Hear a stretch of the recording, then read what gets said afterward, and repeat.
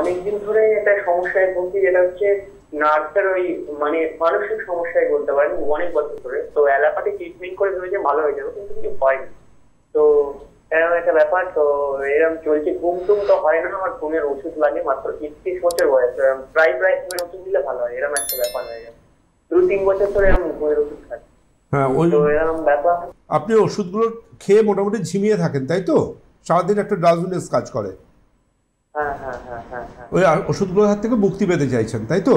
হ্যাঁ, অবশ্যই মুক্তি পেতে চাইছি, আর পুরো ফিট হতে চাইছি, শারীরিক মানসিক দিক থেকে পুরো সম্পূর্ণ ফিট হতে চাইছি। আপনার তরফ থেকে একটা সহায়তা লাগবে, উইল পাওয়ার, ইচ্ছা শক্তি।